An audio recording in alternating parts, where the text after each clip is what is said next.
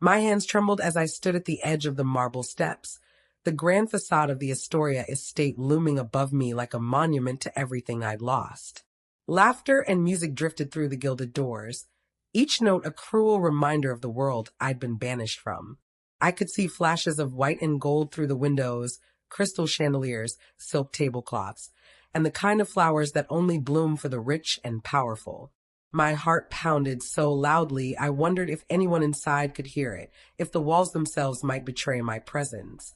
I caught a glimpse of him, Ethan, moving through the crowd, his smile polished, his arm draped around his new bride-to-be. He looked every inch the man he'd always wanted to be. Confident, adored, untouchable. But beneath the surface, I knew the truth. I knew the lies he'd spun, the stories he'd told to erase me from his perfect new life. As I lingered in the shadows, I heard snippets of conversation from the guests arriving behind me. Such a tragedy. What happened to his first love? One woman whispered, her voice tinged with morbid curiosity. I heard she died in that accident last year. So young, so sad. Another guest shook her head, eyes wide with sympathy. He's been through so much. He deserves happiness. I almost laughed at the absurdity of it all. Dead. That's what he'd told them. That's what he needed them to believe. I was nothing but a ghost in his story, a convenient tragedy to win their pity and clear his path to the top. But I was very much alive, and every step I took toward those doors was a step toward reclaiming my voice. He thought I was gone forever. But today, I'd make sure everyone knew the truth. It's strange how memories can feel sharper than reality, how the past can cut deeper than anything the present throws at you. Before Ethan became a name whispered among the city's elite, before the lies and the betrayal, he was just a boy with dreams too big for the small town we called home. We met in the cramped aisles of the local bookstore, both reaching for the same battered copy of a classic novel. He smiled, shy and genuine, and I remember thinking how rare it was to meet someone who looked at you like you were the only person in the world. Our love was simple then. We spent lazy afternoons sprawled on the grass behind his mother's house, talking about everything and nothing. He'd trace the lines of my palm and tell me stories about the life he wanted. One where he'd never have to worry about bills or broken down cars, where he could give me the world. I believed him. I believed in us. We didn't have much, but we had each other, and for a while that felt like enough. But dreams have a way of growing teeth. When Ethan got his first job in the city, everything changed. Suddenly, he was surrounded by people who wore their wealth like armor, who measured worth in designer labels and exclusive invitations. At first, he'd come home and laugh about their ridiculous parties, their obsession with appearances. But slowly, the laughter faded. He started talking about opportunities, about how we needed to fit in if we wanted to get ahead. He bought new clothes, changed his haircut, and began to mimic the way they spoke, the way they moved through the world as if it belonged to them. I tried to keep up, tried to be the partner he needed in this new life. I went to the parties, smiled at the right people, learned to hide my discomfort behind polite conversation. But I could feel the distance growing between us, a chasm widening with every compromise. The Ethan I loved was slipping away, replaced by someone I barely recognized. The first Real crack appeared the night of the charity gala. I wore a dress I'd borrowed from a friend, hoping no one would notice the frayed hem. Ethan barely looked at me as we entered the ballroom, his eyes scanning the crowd for faces more important than mine. He introduced me as an old friend, and I felt something inside me splinter. Later, when I asked him about it, he brushed me off. "It's just easier this way," he said. "People here care about appearances. They wouldn't understand." I told myself it was just a phase, that the pressure was getting to him. But the lies started small and grew bolder. He'd tell people he came from money, that his family owned property upstate. He started hiding things from me, phone calls he'd take in another room, texts he'd delete before I could see them. I wanted to believe he was still the man I fell in love with. But every day, he seemed to slip further away. One night, after another exhausting event, I found him staring at himself in the mirror, practicing a smile that didn't reach his eyes. "Do you ever wish you could just start over?" he asked, his voice barely above a whisper. I reached for his hand, but he pulled away. "You don't understand what it's like," he said. "They look at me like I'm nothing. I have to be someone else if I want to survive here. I tried to remind him of who he was, of the life we dreamed of together. But he was already chasing something I couldn't give him. The more he tried to fit in, the more he pushed me out. I became an inconvenience, a reminder of the life he was desperate to leave behind. The final blow came when he started seeing her, the heiress with the perfect smile and the family name that opened every door. He told me it was just business, that he needed her connections. But I saw the way he looked at her, the way he talked about her family's influence. I confronted him, desperate for honesty, but he just laughed. "You don't get it," he said. "This is how the world works. You either play the game, or you get left behind." I realized then that I was already losing. The man I loved was gone, replaced by someone who saw me as a liability, a secret to be buried. I thought love was enough, until I realized I was just a stepping stone to his ambition. It started with a phone call I almost didn't answer. An old friend from our hometown, her voice trembling with something between confusion and fear. "Are you okay?" she asked, as if she expected a ghost to pick up. I laughed, but the sound died in my throat when she told me what she'd heard. "Ethan, he told everyone you died. In a car accident. He even posted about it online. There was a memorial. People sent flowers to your mother's house." I didn't know what to believe. The world seemed to tilt beneath me. I sat down hard, the phone pressed to my ear, my mind racing to make sense of it. Dead. He'd told them I was dead. Not just gone, not just out of his life, but erased completely as if I'd never existed. I scrolled through social media, my hand shaking, and there it was, his carefully crafted post, a black and white photo of us from years ago, a caption dripping with grief and gratitude for the time we shared. The comments were full of condolences, prayers, and praise for his strength in the face of tragedy. I felt sick. My mother hadn't mentioned any of this, but she'd always been private, wary of Ethan's new world. I called her, and she confirmed it all. How people had shown up at her door with casseroles and sympathy cards, how she'd been too stunned to correct them, too hurt to reach out to me. "I didn't want to make things worse," she whispered. "I thought maybe you needed space." Grief hit me in waves, but beneath it, something else began to burn. Rage. How dare he? How dare he use my life, my death, as a stepping stone to sympathy and status?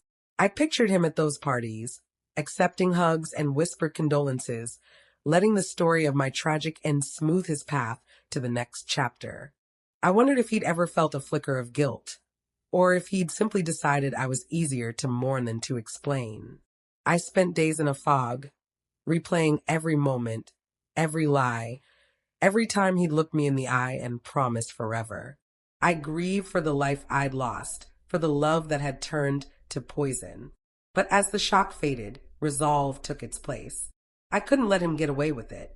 I couldn't let my story end as a footnote in his rise to power. I started gathering evidence, screenshots, messages, anything that proved I was alive, and that he'd orchestrated this elaborate fiction. The more I uncovered, the clearer it became. This wasn't just about ambition. It was about control, about rewriting history to suit his needs. He'd buried me with lies, but I refused to stay dead. The more I dug, the more I realized how deep Ethan's deception ran.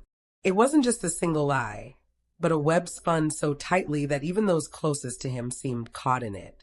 I started with the obvious, his social media, the public posts, the carefully curated images of his new life. There were no traces of me, not even in the background of old photos. It was as if I'd been scrubbed from his history, replaced by glossy shots of charity galas, luxury vacations, and the ever-present heiress by his side. But the digital erasure was only the beginning. I reached out to mutual friends, people who'd once called me family. Some were shocked to hear my voice, others hesitant, their words laced with suspicion.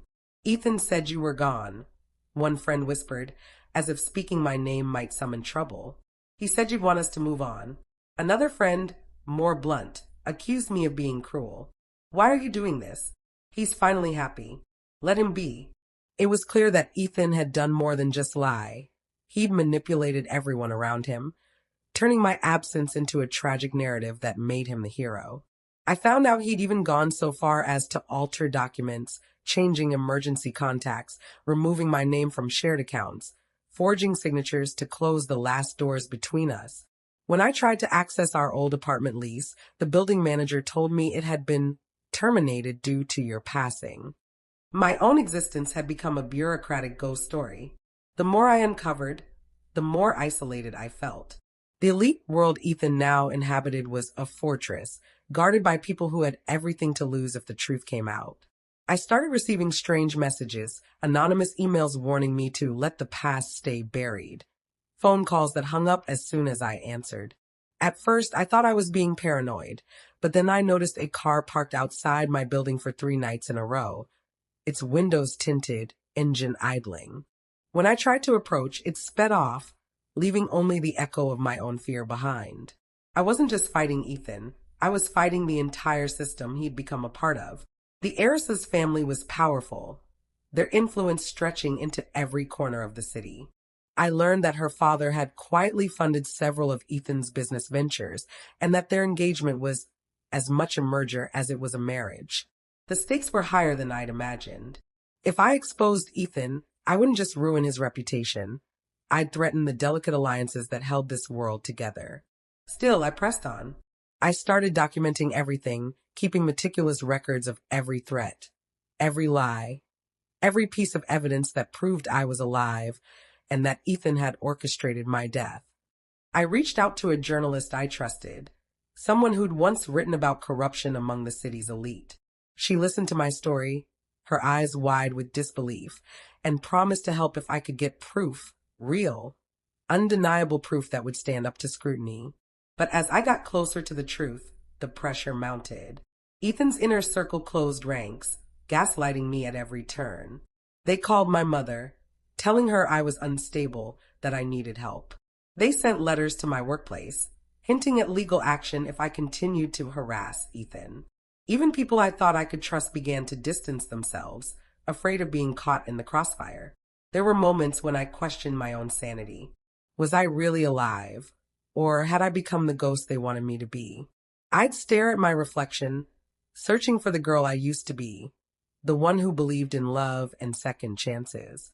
But every time I thought about giving up, I remembered the look on Ethan's face the night he first lied to me, the cold calculation in his eyes. I couldn't let him win. I couldn't let him erase me. As the wedding date approached, my resolve hardened. I started planning my return, mapping out every detail of how I would confront Ethan in front of everyone who mattered to him. I rehearsed my words, gathered my evidence, and steeled myself for the backlash I knew would come. I wasn't just fighting for myself anymore. I was fighting for the truth, for every person who'd ever been silenced or erased by someone else's ambition. Every door I opened revealed another secret, but the biggest one was still to come. The night before the wedding, sleep was impossible. I paced my apartment, the city lights flickering through the window, my mind a storm of fear and determination. Every scenario played out in my head: Ethan's shock, the gasps of the guests, the possibility that no one would believe me. I thought about disappearing again, letting him have his perfect life, letting the lies stand.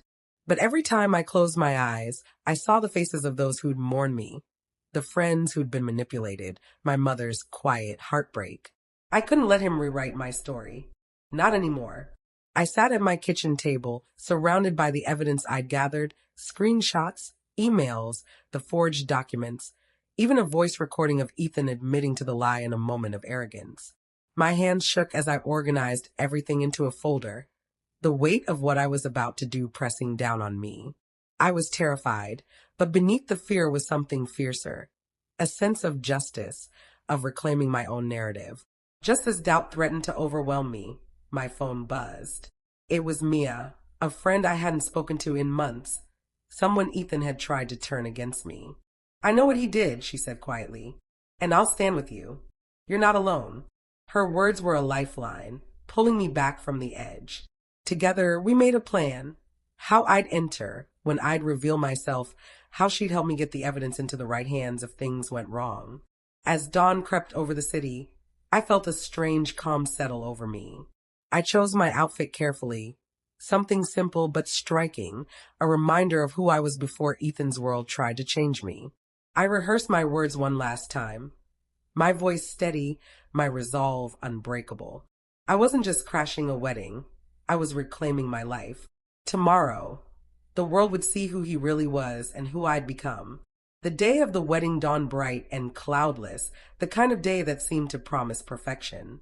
The Astoria estate was transformed into a vision of opulence, white roses spilling over marble columns, a string quartet playing softly in the background, guests gliding across the lawn in designer gowns and tailored suits.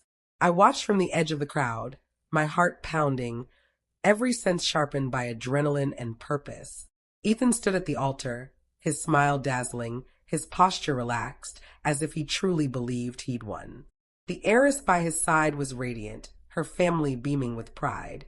The guests whispered among themselves, their eyes shining with envy and admiration.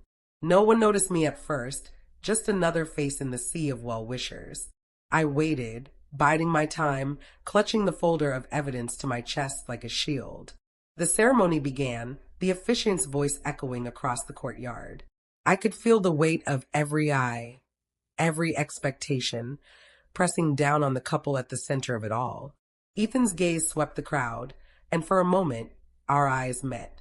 I saw the flicker of recognition, the panic that flashed across his face before he quickly looked away. He hadn't expected me to come.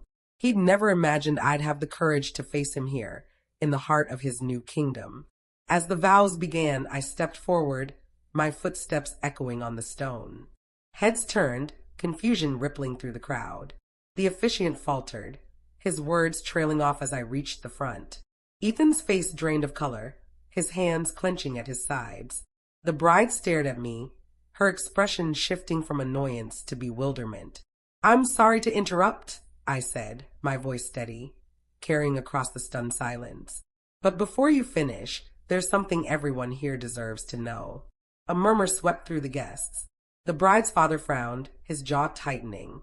Ethan tried to speak, but I held up a hand, refusing to let him take control. "My name is not a tragedy. I am not a ghost. I am very much alive, and I have proof that everything you've been told about me is a lie."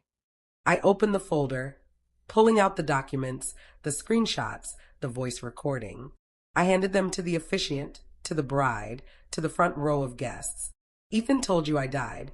He used my supposed death to win your sympathy, to erase his past, to make himself the perfect candidate for your world. But I never died. I was pushed aside, silenced, and then buried under a mountain of lies." The silence was suffocating. I could see the disbelief, the shock, the dawning horror on the faces around me. The bride's hand shook as she read the messages, her eyes filling with tears. The officiant played the recording, Ethan's voice echoing through the speakers. "It's easier if they think she's gone. No one will ask questions. I need this to work." A gasp rippled through the crowd, sharp and collective, like the intake of breath before a storm. Ethan tried to step forward, his voice desperate, pleading. "This isn't what it looks like. She's unstable, she's trying to ruin me." But the evidence was undeniable. The bride's father stood, his face red with fury. "Is this true?" he demanded, his voice shaking. Ethan stammered, searching for words, but the truth hung in the air, impossible to deny. The guests began to murmur, their admiration turning to suspicion, then disgust. Old friends who'd once believed his stories now looked at him with new eyes, piecing together the inconsistencies, the gaps in his narrative. The bride pulled off her ring, her hands trembling, and turned away from him, her trust shattered. Ethan's empire began to crumble in real time. The heiress's family withdrew their support, their lawyers already whispering about breach of contract and reputational damage. Business partners slipped away, their smiles tight, their eyes cold. The press, always hungry for scandal, circled like sharks, their cameras flashing, their questions sharp and relentless. I stood in the center of it all, my heart pounding, my hands steady. For the first time in months, I felt seen. I felt real. The pain of the past, the humiliation, the fear, they all faded in the face of this moment. I had taken back my story, force the world to see the truth. Ethan tried one last time to salvage his image, turning to the crowd, his voice cracking. She's lying. She's obsessed. She can't let go. But no one was listening. The bride's mother gathered her daughter in her arms, leading her away. The guests turned their backs, their whispers now sharp with condemnation. The officiant closed his book, his expression grave. The wedding was over before it had even begun. As I walked away from the altar, the weight I'd carried for so long began to lift. I glanced back once, meeting Ethan's eyes. There was no anger left in me, only a quiet sense of victory. He had built his empire on lies, and I had brought it down with the truth. The silence was deafening, until the first gasp shattered everything. In the days that followed, the story spread like wildfire. Headlines splashed Ethan's name across every screen, the details of his deception dissected by strangers and former friends alike. The elite circles that once welcomed him now closed their doors, invitations rescinded, business deals evaporating overnight. The heiress's family moved swiftly, their lawyers ensuring Ethan would never benefit from their name or fortune. His carefully constructed world collapsed, not with a dramatic explosion, but with the quiet, relentless withdrawal of trust and opportunity. I watched from a distance, a strange sense of calm settling over me. There was no joy in his downfall, only a deep, cleansing relief. For so long, I'd carried the weight of his betrayal, questioning my own reality, wondering if I'd ever be more than the ghost he'd made me. Now, as the truth echoed through the city, I felt myself returning to life, piece by piece. People I hadn't heard from in years reached out, some to apologize for believing the worst, others to offer support or simply to listen. My mother, who had suffered in silence, held me close and whispered how proud she was. Even Mia, who had risked her own reputation to stand by me, became a constant presence, her loyalty a reminder that not everyone could be swayed by lies. I found myself walking through the city with new eyes, no longer shrinking from the places that once held memories of Ethan. I visited the old bookstore where we'd met, the park where we dreamed of the future. The pain was still there, but it no longer defined me. I was more than the sum of his betrayals, more than the story he'd tried to write for me. Closure didn't come all at once. There were nights when the anger flared, when I mourned the love I'd lost and the years I couldn't get back. But each day I grew stronger, more certain of who I was and what I deserved. I realized that the power to define my life had always been mine, waiting for me to claim it. He lost everything he'd built on lies. But I found something far more valuable. Months have passed since that day at the Astoria estate, but the echoes of what happened still linger in unexpected ways. Life is quieter now, and in that quiet, I've found a kind of peace I never thought possible. I've rebuilt my world, not as a reaction to someone else's choices, but as a reflection of my own strength and desires. The scars are still there, reminders of what I endured, but they no longer define me. Instead, they remind me of how far I've come. I've learned that healing isn't a straight line. Some days, the memories sneak up on me, a song, a scent, a flash of laughter that sounds like the past. But I don't run from them anymore. I let myself feel it all, knowing that pain is just proof that I survived. I've started new traditions, made new friends, and even allowed myself to dream again. The future feels open, not something to fear, but something to shape with my own hands. Looking back, I see how easy it would have been to let bitterness take root, to let Ethan's betrayal harden me against the world. But I chose something different. I chose to believe in my own worth, to trust that the truth, no matter how painful, is always better than living in someone else's shadow. I've learned that the people who matter will stand by you, even when the world tries to erase your story. And I've learned that sometimes the bravest thing you can do is simply refuse to disappear. To anyone listening who's been betrayed, who's been silenced or made to feel invisible, you are not alone. Your story matters, even if someone else tries to rewrite it. There is power in your voice, and there is freedom in the truth. Don't let anyone convince you that you're less than you are, or that your pain is something to be ashamed of. You have the right to take up space, to demand honesty, to start over as many times as you need. I don't know what the future holds, but I know this. I am not a ghost. I am not a tragedy. I am the author of my own story, and I will never let anyone take that away from me again. Sometimes the truth doesn't just set you free, it sets the world on fire.